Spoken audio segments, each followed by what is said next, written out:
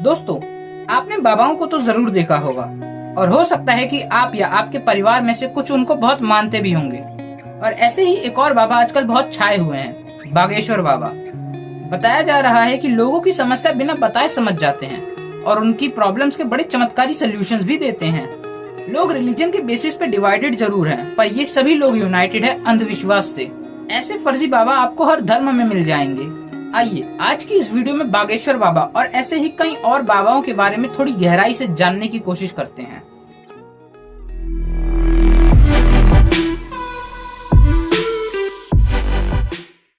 धीरेन्द्र शास्त्री उर्फ बागेश्वर बाबा, जो कि मध्य प्रदेश का रहने वाला है और उम्र में सिर्फ 26 साल का है। जिस उम्र में इसे करियर बनाना चाहिए उस उम्र में ये बाबा बन गया। ये पहली बार सुर्खियों में अपने भड़काऊ भाषण की वजह से आया।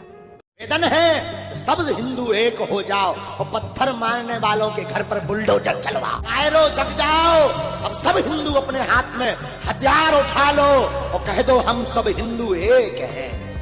और फिर खबरों में आता है अनटचेबिलिटी प्रैक्टिस करने के लिए। बस छूना नहीं है, मैं अछूत आदमी है ना छू। पर फिर कहानी में एंट्री होती है श्याम मानव की, जो कि नेशनल कन्वीनर है महाराष्ट्र अंधश्रद्धा निर्मूलन समिति के। ये एक ऑर्गेनाइजेशन है जो कि ढोंगी बाबाओं का भांडा फोड़ती है। ये कहते हैं कि ये किसी भगवान या किसी धर्म के खिलाफ नहीं है, बल्कि उस फ्रॉड के खिलाफ है जो धर्म के नाम पर हो रही है। दैनिक भास्कर की रिपोर्ट के अकॉर्डिंग श्याम मानव 200 से ज्यादा बाबाओं का भांडा फोड़ चुके हैं। इनका पहला बड़ा केस था शकुंतला देवी को लेकर, जिन्हें ह्यूमन कंप्यूटर के नाम से भी जाना जाता है। श्याम मानव कहते हैं कि ये उनके मैथमेटिक्स प्रोग्राम के खिलाफ नहीं थे, लेकिन धीरे धीरे उन्होंने एस्ट्रोलॉजी और फ्यूचर प्रेडिक्शन जैसी चीजें शुरू कर दी थी, तब उन्होंने इनका भांडा फोड़ किया था। शकुंतला देवी, जिनका नाम Guinness book of world records में रिकॉर्ड हुआ था, वो नागपुर में आई। उसने एडवर्टाइजमेंट शुरू की, God can tell correct fortune, so can Shakuntala Devi. और इसके बाद शकुंतला देवी के चमत्कार और उनकी भविष्यवाणी सब बंद हो गई। अब कहानी पर वापस आते हैं। धीरेन्द्र शास्त्री नागपुर जाते हैं। श्याम मानव को पता चलता है कि वो राम कथा के लिए गए हैं। उन्होंने कहा कि ये तो अच्छी चीज है, हमें इनका स्वागत करना चाहिए। लेकिन फिर इन्हें पता चलता है कि ये बाबा अपना दिव्य दरबार होल्ड करते हैं, जहाँ पर ये चमत्कार करके दिखाते हैं। तो मुझे सबसे पहले कहा गया कि उनका राम कथा का आयोजन है। मैंने कहा अच्छी बात है, उसका तो स्वागत होना चाहिए।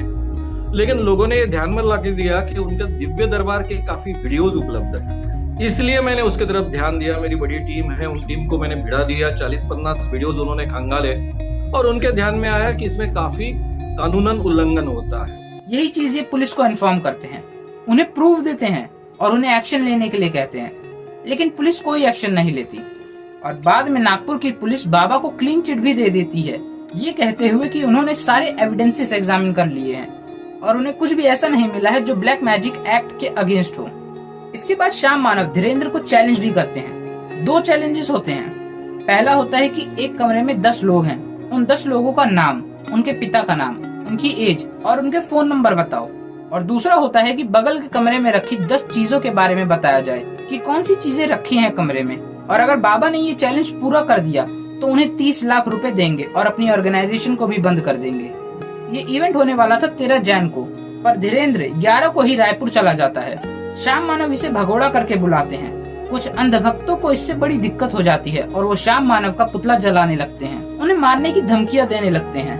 धीरेन्द्र इसके डिफेंस में कहता है कि 3 तारीख को हम पहले ही ये कह चुके कि हम 7 दिन की कथा है, सब कथाएं हमने 2-2 दिन की काट दी। तो हम आपको कहेंगे श्याम मानव जी, आपको अनुभव करना है तो दरबार में रायपुर में आइए, आगे बागेश्वर धाम पर लगेगा, वहाँ आइए। श्याम मानव इसके रिप्लाई में कहते हैं, दिव्य दरबार में फ्रॉड एंड प्रूफ कंडीशंस के तहत उन तक कोई भी जानकारी ना पहुंचे, इस ढंग से वातावरण हम निर्माण नहीं कर सकते हैं। इसलिए नागपुर में ही ये चुनौती बहुत अच्छे ढंग से पारित हो सकती है। इसके पीछे 2 कारण हैं। महाराष्ट्र में जिस ढंग की पुलिस यंत्रणा काम करती है, जिस ढंग की लॉ एंड ऑर्डर सिचुएशन है, उसके कारण। इसी बीच शंकराचार्य स्वामी कहते हैं कि चमत्कार दिखाने वाले जोशीमठ आकर घिसड़ती हुई जमीन को रोक कर दिखाएं।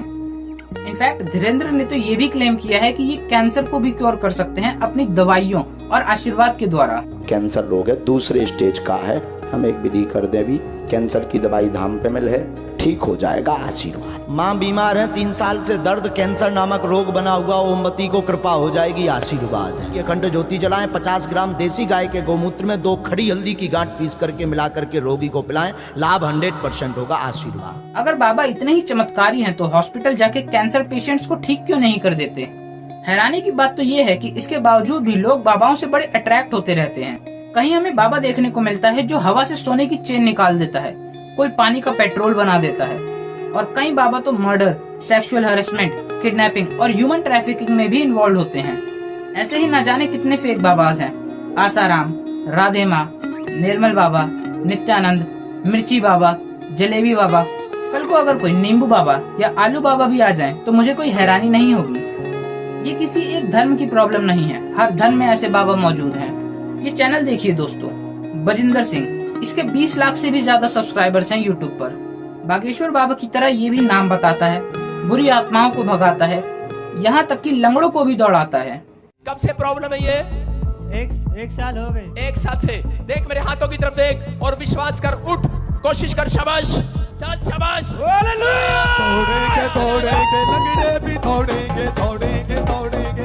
आओ शाबाश, शाबाश। देखो देखो देखो लड़का, आंख पकड़ इसका। चल चल चल चल, शाबाश, चल चल चल, कैमरामैन जूम करो, जूम। दौड़ेंगे।